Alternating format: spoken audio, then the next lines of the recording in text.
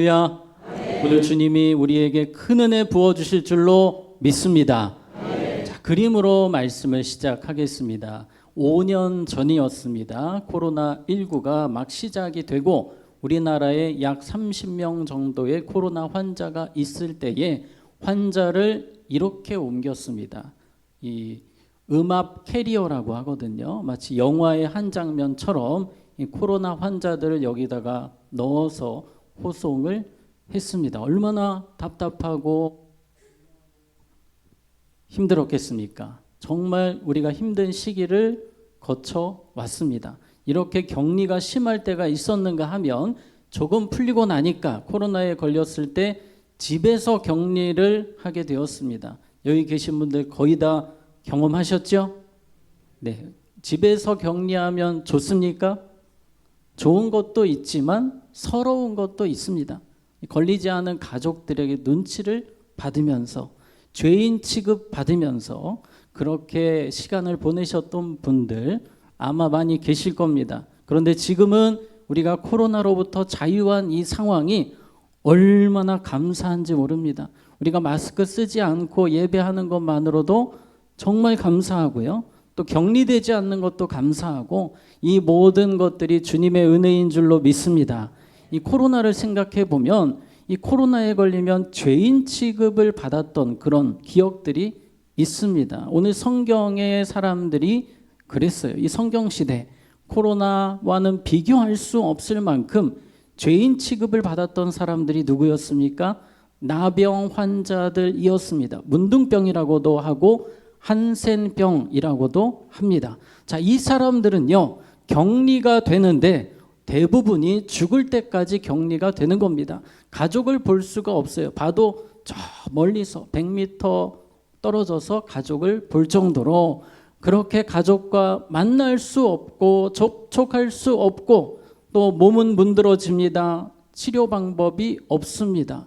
하루하루가 비참해요. 정말 너무 고통스럽게 사람들이 그렇게 격리되어서 죽어갔는데 문제는 사람들의 시선입니다.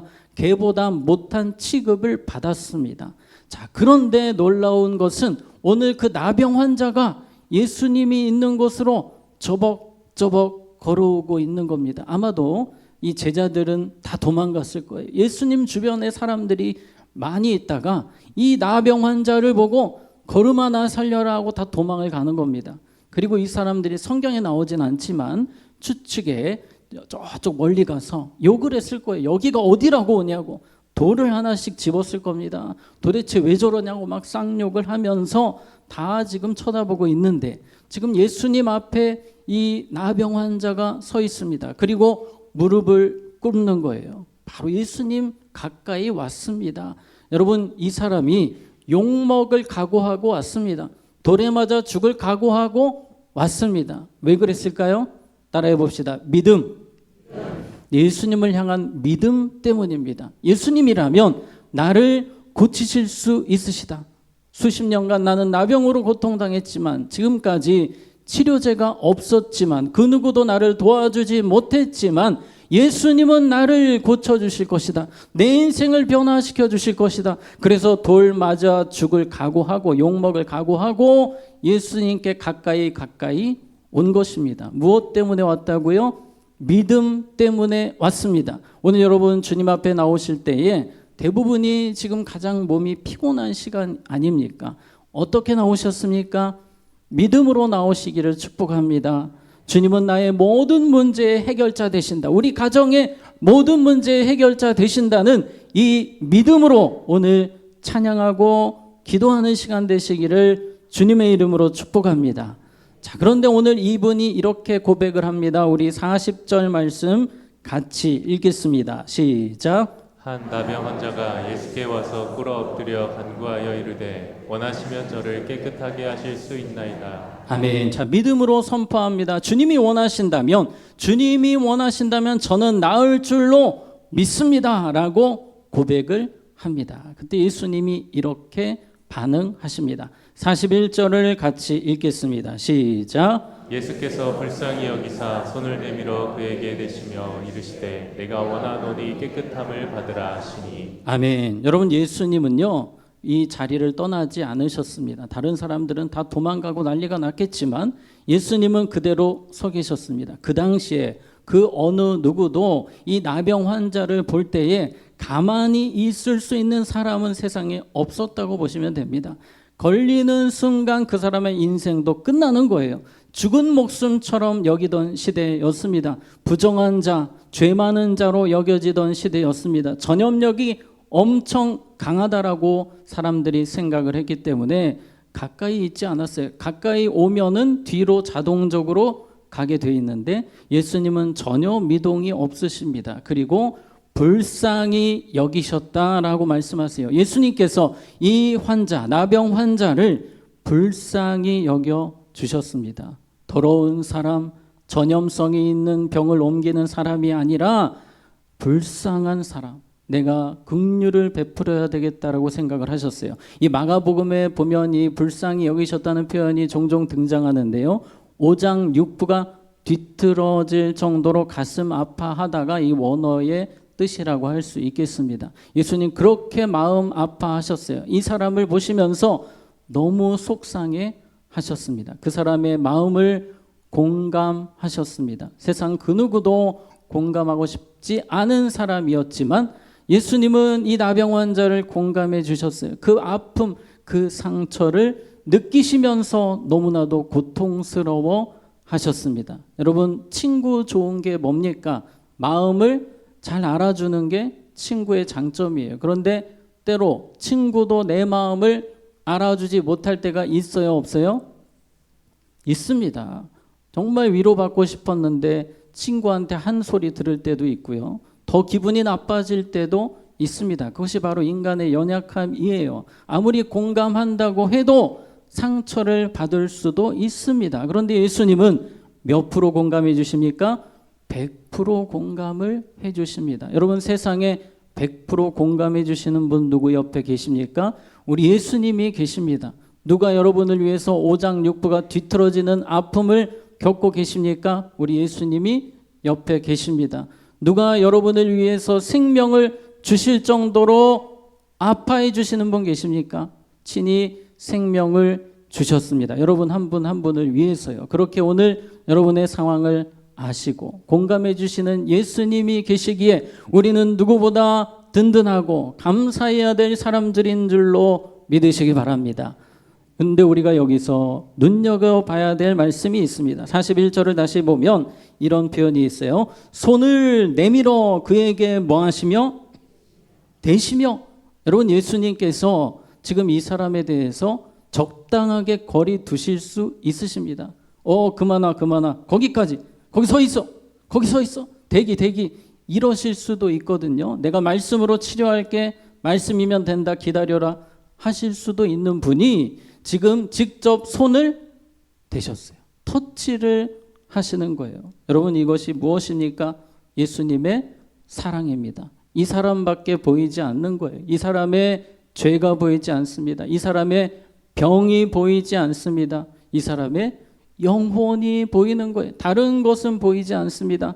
이 사람의 그 안타까운 영혼이 보이시는 거예요. 그래서 예수님은 가까이서 그 사람을 터치하고 계십니다. 여러분, 만약에 여러분의 자녀 또는 손자, 손녀가 흙탕물에서 막 진흙에서 놀다가 안아주세요 하고 달려오면 안아주실 분 계십니까? 케이스 바이 케이스입니다. 추리닝 입고 있으면 안아줄 수 있는데 정장을 입고 있거나 뭐 비싼 옷을 입고 있으면 이러실 거 아니겠습니까? 그런데 우리 예수님은 그냥 뭐 하시는 분이에요?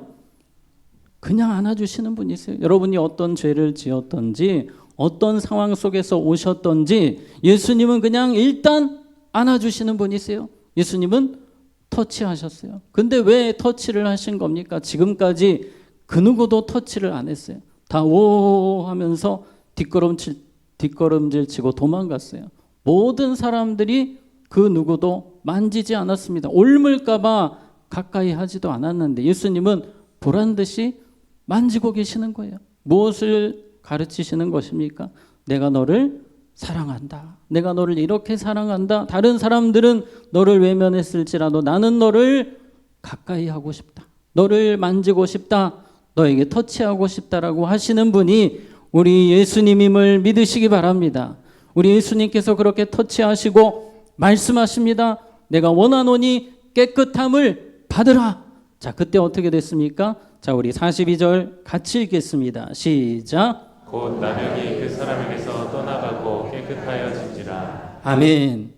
완전히 해결됐습니다. 수십 년 동안 고통당했던 그 문제가 완벽하게 끝나버렸어요. 예수님의 말씀을 통해, 예수님의 만져주심을 통해 끝났습니다. 신기하죠? 그동안은 이 나병 환자가 만지면 전염이 된다고 믿었고 전염이 된다고 사람들이 알고 있었습니다. 그런데 그 어떤 전염력이 있는 병이라 할지라도 예수님을 만지는 순간 그 병이 낫는 것입니다. 문제가 해결되는 거예요. 그 능력이 예수님께 있습니다. 오늘 주님께서 여러분의 그 어떤 죄도 정결케 하시고 어떤 문제도 해결해 주심을 믿음으로 우리는 기도해야 할 것입니다.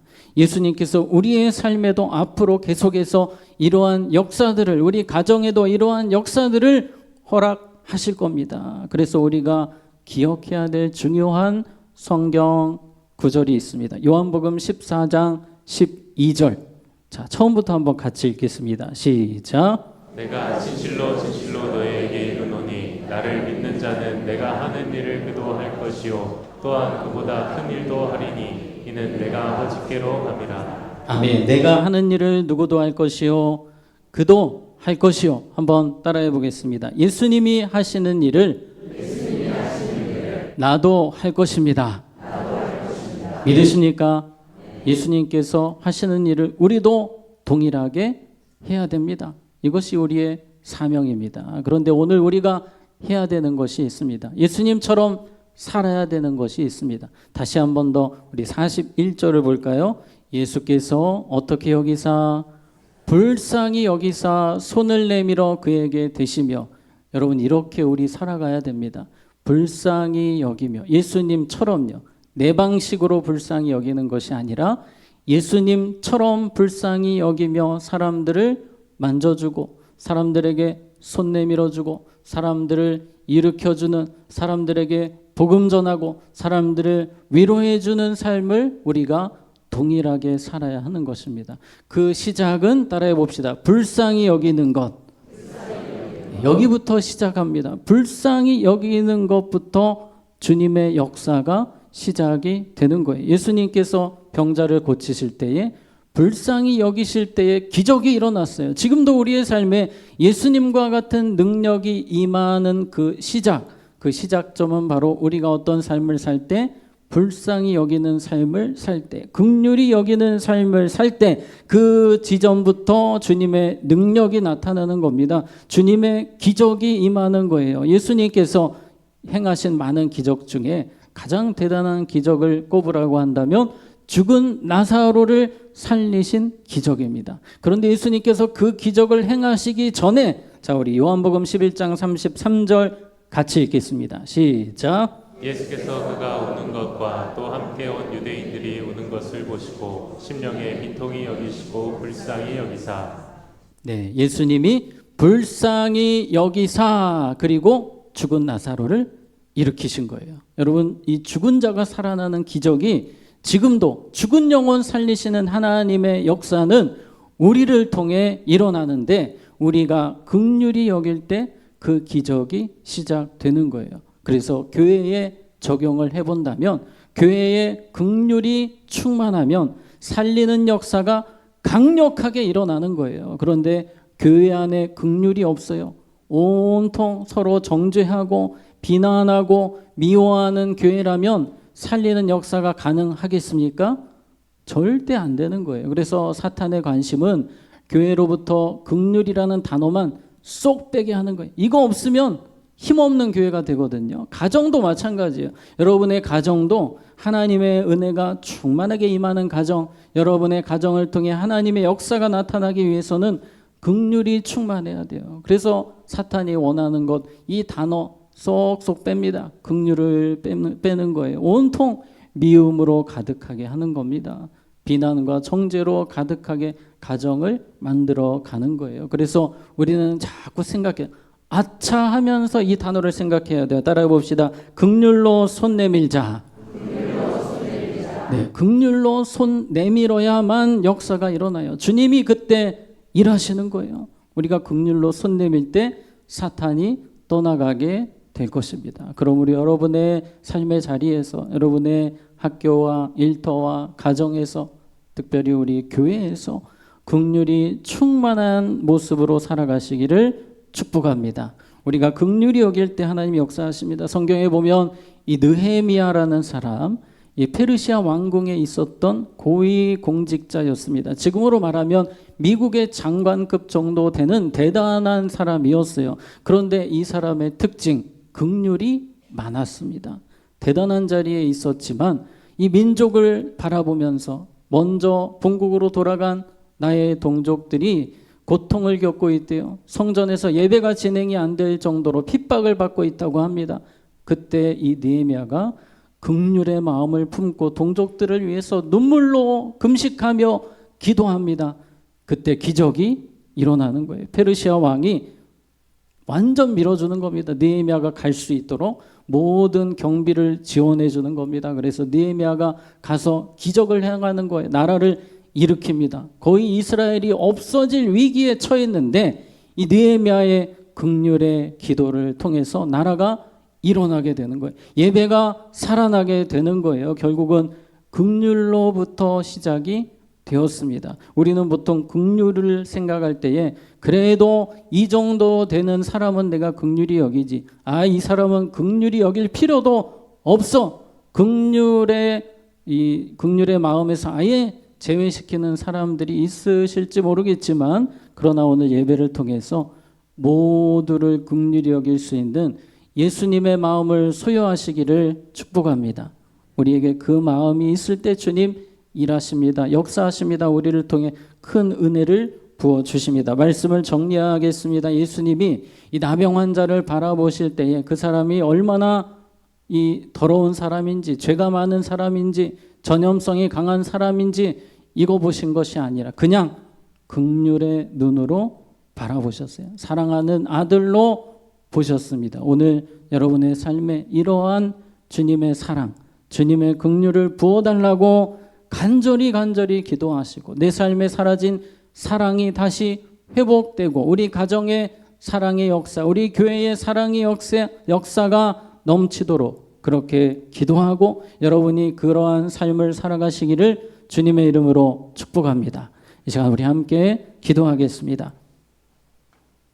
하나님 아버지, 긍휼이 사라지는 시대를 살고 있지만 우리가 예수님처럼 긍휼의 사람으로 서기를 원하시는 하나님, 이제 우리의 마음을 성령으로 새롭게 하셔서 예수님 닮게 하셔서 예수님처럼 긍휼히 여기며 예수님처럼 사랑하며 품고 기도하며 주님의 위대한 역사를 이루는 우리 모두가 되게 하여 주시옵소서. 예수님의 이름으로 기도하옵나이다. 아멘. 이 시간